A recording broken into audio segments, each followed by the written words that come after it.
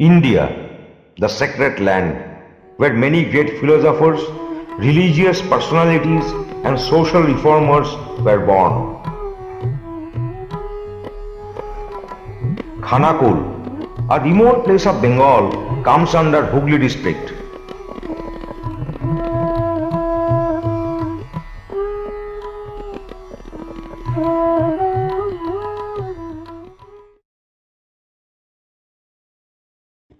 Raja Ram Mohan Roy was born in the year 1772.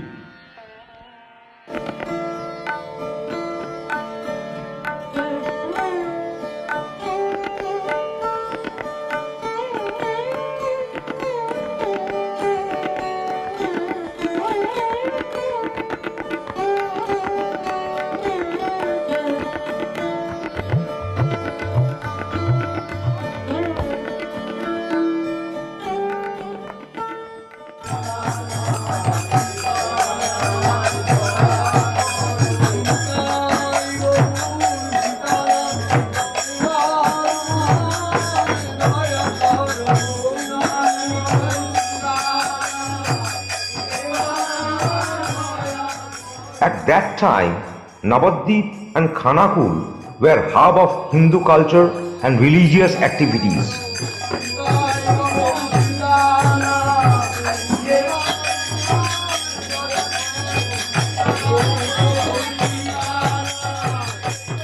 These religious and cultural activities greatly influenced the mind of people for spiritual and philosophical thoughts.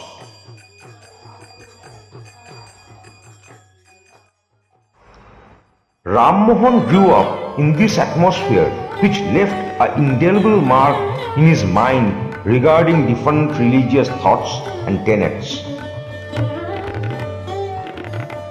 This area was full of high spirit of Hindu Shaiva, Shakta,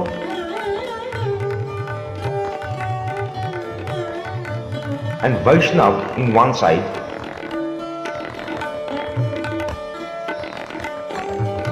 and Bauddha Sahajiya Dharma, Saranang Gacchami,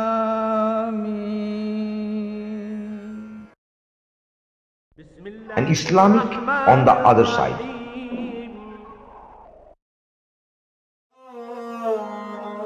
Ram Mohan studied the basic tenets of all the major religions and felt of praying one God without any image. Later on, he became one of the founder members of Brahmo Samaj. Ram Mohan Memorial is preserved by the local people at the Raghunathpur Crematorium, a relic structure of a building without roof.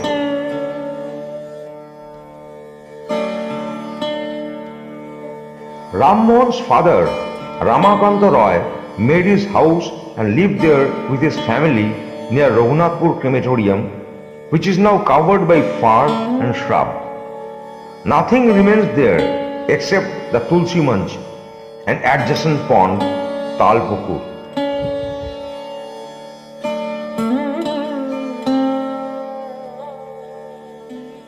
At Radhanagar, the ancestral properties of Roy's family, there are ancient Dolmancha and house where it is inscribed 1761 in the family delivery room, which was marked by Reverend Long with help of local people.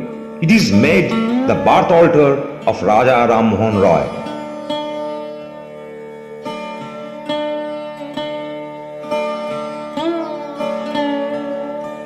Alok Manjari Devi, sister-in-law of Raja Ram Mohan and wife of elder brother Jagamohan, who had to emulate with her husband in the pyre. Raja Ram Mohan protested this inhuman act.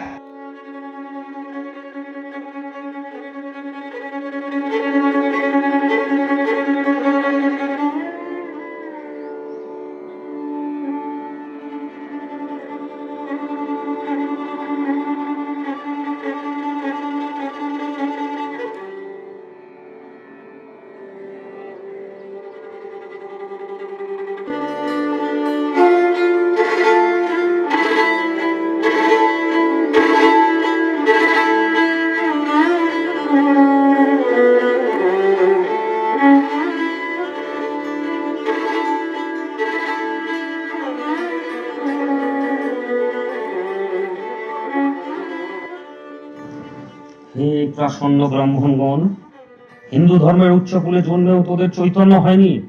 জীবশ্রেষ্ঠ মানুষকে তোরা এভাবে জীবন্ত পুড়িয়ে মারিস?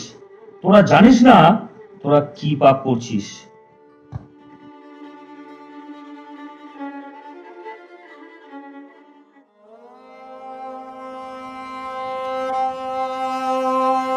বোঠান, তোমার চিতা স্পর্শ করে শপথ করছি, যতদিন না এই সতীদাহ প্রথার বিলোপ করতে পারছি, শান্তিতে দিন যাপন করতে পারবো না।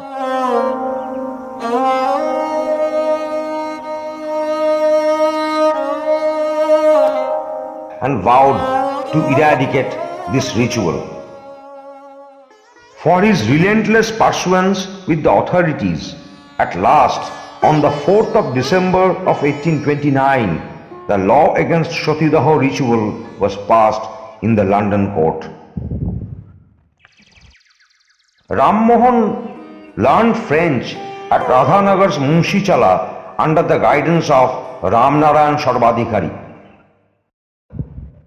The Sarvadhikari family had great achievements in the field of education. 6 members of the family became senators and another became vice chancellor of Calcutta University. The record still stands unbroken. Sir Devoprasad Sarvadhikari became the president of Calcutta Corporation. Prasanna Kumar Sarvadhikari made the terminology of arithmetic in Bengali in 1855, which was the first attempt to pave the way for the Bengali students to comprehend the arithmetic easily.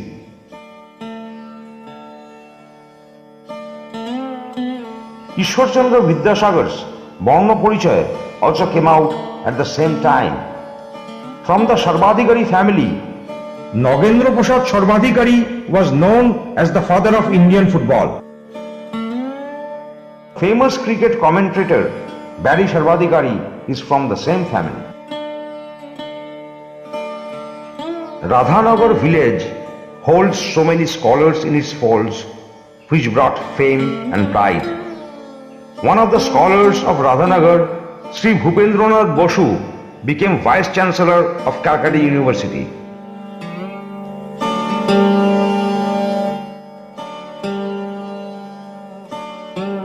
Another proud son of the village is Sri Narayan Chandra Bhattacharya, who wrote 60 stories and novels, which were published in Deshbandhu Chittaranjan Das edited magazine and also in Vasumati magazine. Narayan Chandra Bhattacharya was a contemporary of Sharat Chandra Chattopadhyay. Famous writer Shaukat Osman was born in Khanakul. Later, he moved to Bangladesh. His novels, namely Janoni, Boni Adam, Kritodasher Hashi, became very famous. One more son of Khanakul, Mr. Pradeep Kumar Bhattabal, became a famous actor of the Indian cinema.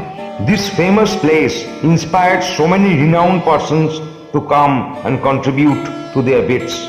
One among them, Ishwar Chandra Vidyasagar, who laid the foundation stone of Gyanoda Sundari Institution in 1888. Gyanoda was wife of Pari Mohan, grandson of Raja Ram Mohan Roy. In the year of 1841 at Raghunathpur, a charitable hospital was established in the name of Hari Mohan and Golab Sundari, who were another grandson and granddaughter-in-law of Raja Ram Mohan Roy. Here we got a lot of informations about Raja Ram Mohan Roy from Dr. Paresh Chandra Das of Radhanagar, who is an eminent researcher of Raja Ram Mohan Roy's life and works. রাজা রামমোহন রায়ের জন্মস্থান এবং তার জীবনের নানান ঘটনাগুলি নিয়ে আমরা একটি তথ্যচিত্র নির্মাণে উদ্যোগী হয়েছি। বাহ, সেজন্য তো আপনাদের অভিনন্দন জানাতে হয়। যে রামমোহন সারা জীবন নারী জাগরণের জন্য সংগ্রাম করে গেলেন, আমার তো মনে হয় আপনি সেই নারী জাতির প্রতিনিধি হয়ে উপস্থিত হয়েছেন।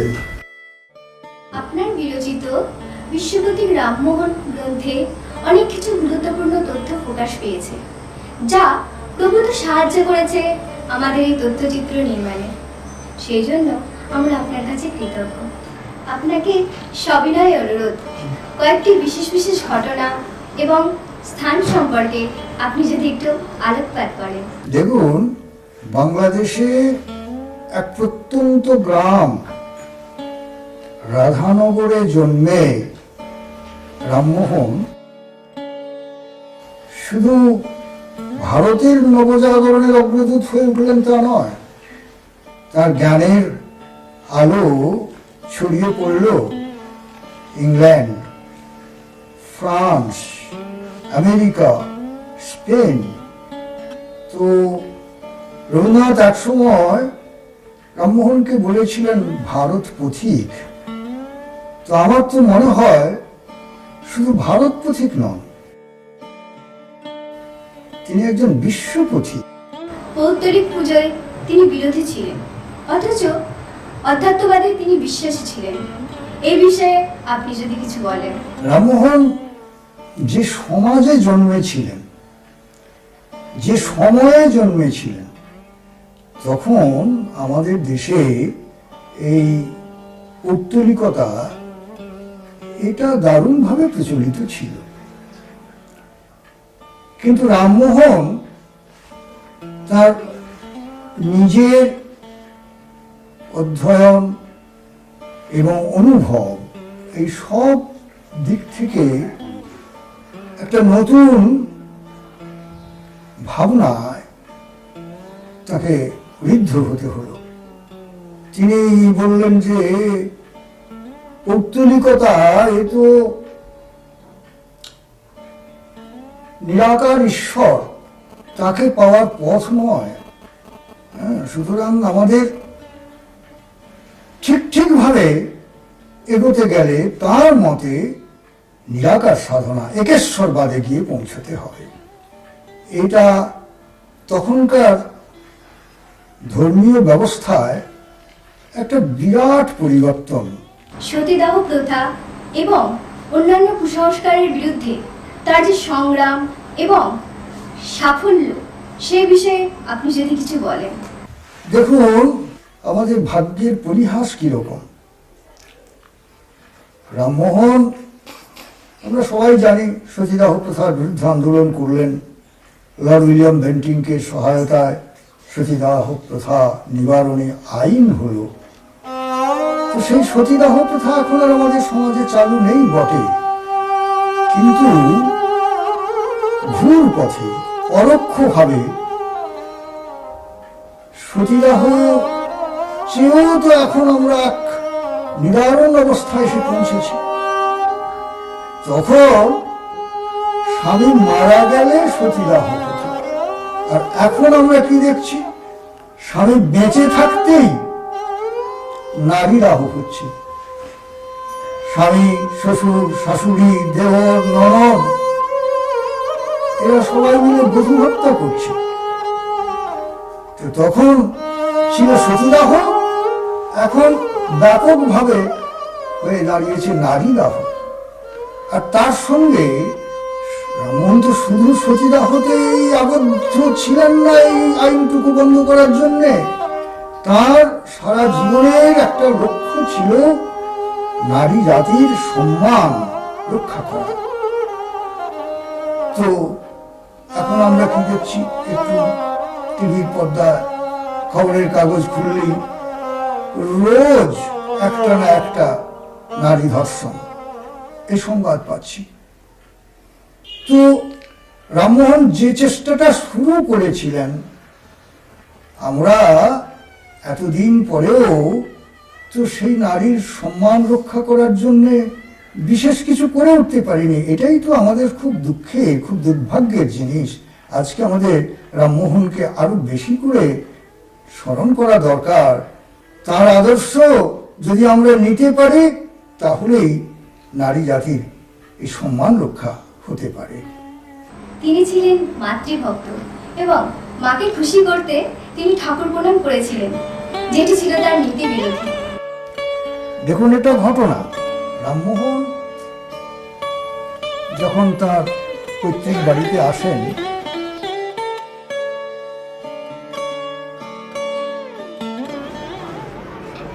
মা,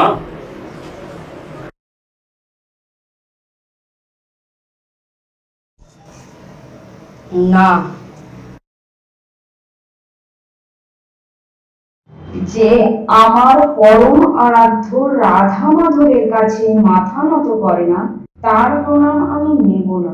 আমি পৌত্তলিক আরাধনায় বিশ্বাস করি না মা। কিন্তু আপনার রাধা মাধবের কাছে মাথা নত করলে আপনি যদি খুশি হন তাহলে আমি তাই করব।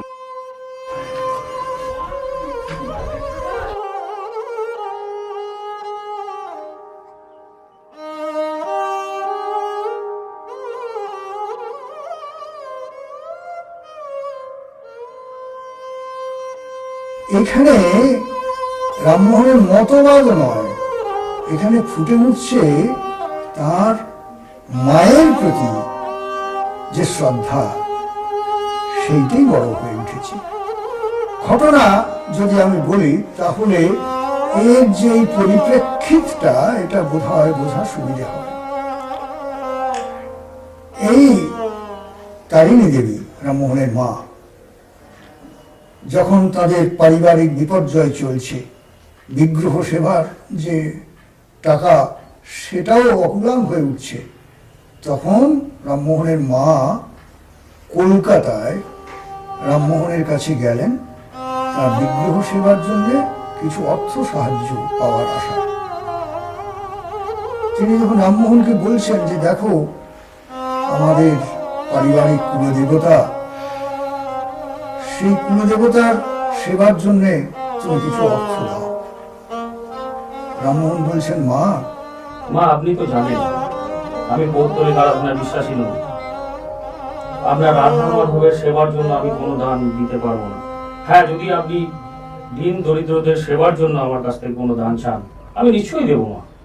যে আমার রাধা মাধবকে অপমান করে তার দান আমি নেব না। এখানে একটা লক্ষ্য করার বিষয় হচ্ছে রামমোহন এবং তার মা দুজনেরই ব্যক্তিত্ব। কেউ তার নীতি থেকে সরে এসে এতটুকু মাথা নোয়াতে রাজি নন। রামমোহন পৌত্তলিকতা বিরোধী, তার বিশ্বাস, সেজন্য তিনি বিগ্রহ সেবার জন্য অর্থ দিচ্ছেন না, বলছেন মানুষের জন্য আমি অর্থ দেব। আবার রামমোহনের মা, তিনি পারিবারিক যে কুলদেবতা, সেই কুলদেবতার সেবার জন্য তুমি কিছু অর্থ দাও। সেটা যখন পেলেন না, তখন তিনি বলছেন যে দেখো, আমি যে জন্য এসেছিলাম সেইটা যদি তুমি না দাও তাহলে আমি তোমার কাছ থেকে কোনো অর্থই নেব না। এগুলো তার মা ফিরে আসছেন।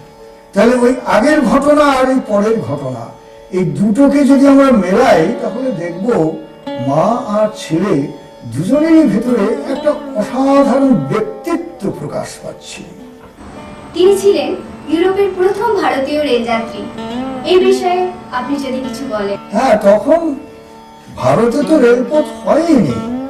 উনি যখন ইংল্যান্ডে যাচ্ছেন তখন লিভারপুল থেকে ম্যানচেস্টার সবে মাত্র তখন ইংল্যান্ডে রেলপথ তৈরি হচ্ছে। সেই সময় রামমোহন ওই লিভারপুল থেকে ম্যানচেস্টার পর্যন্ত রেল ভ্রমণ করেছেন এবং প্রথম ভারতীয় রেলযাত্রী এই জন্যই রামমোহন ভারতের। এখনো আমাদের একটা কথা এখানে খুব বলা বোঝা দরকার যে ভারতবর্ষে এখন অনেক জায়গায় অনেক রেলপথ বিস্তৃত হয়েছে, কিন্তু রামমোহনের যে জন্মস্থান রাধানগর, এর 16 কিলোমিটার পাশ দিয়ে তারকেশ্বর থেকে বিষ্ণুপুর পর্যন্ত রেলপথ চলে গেছে। কিন্তু দুর্ভাগ্যের বিষয়, এই মায়াপুর থেকে রাধানগর এই 16 কিলোমিটার রামমোহনের জন্মস্থান পর্যন্ত এই রেলপথটুকু এখনো জোড়া হলো না। এটুকু হলে একদিকে যেমন রামমোহনকেও আমরা সম্মান দিতে পারতাম, তেমনি পর্যটন কেন্দ্র হিসেবে রামমোহনের এই জন্মস্থান রাধানগর, এর একটা অনেক ব্যাপ্তি ঘটত। তো দেখা যাক সরকারের এদিকে কিছু দৃষ্টি পড়ে কিনা।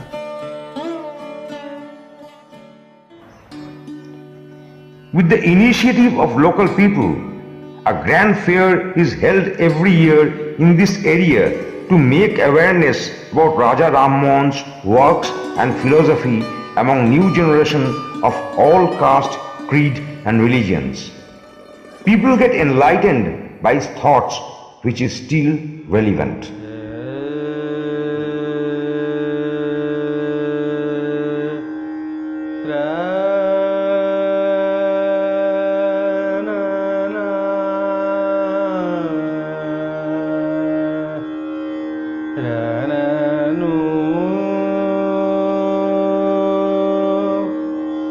Ra